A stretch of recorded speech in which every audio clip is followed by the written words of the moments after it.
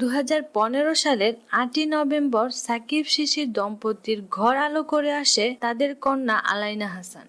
যখন একটু একটু কথা বলতে শিখে আলাইনা, প্রথম ডাকটি দেয় মা বলে। আর এ ডাকের পরে শুরু হয়ে যায় সাকিব শিশির যুদ্ধ।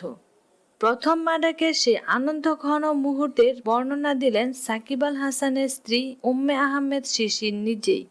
সামাজিক যোগাযোগ মাধ্যম ফেসবুকে নিজের অ্যাকাউন্টে শিশিরের দেওয়া একটি পোস্টে তিনি লিখেছেন, যখন সন্তান প্রথম মা ডাকে সেটি শ্রেষ্ঠ অনুভূতি হয়।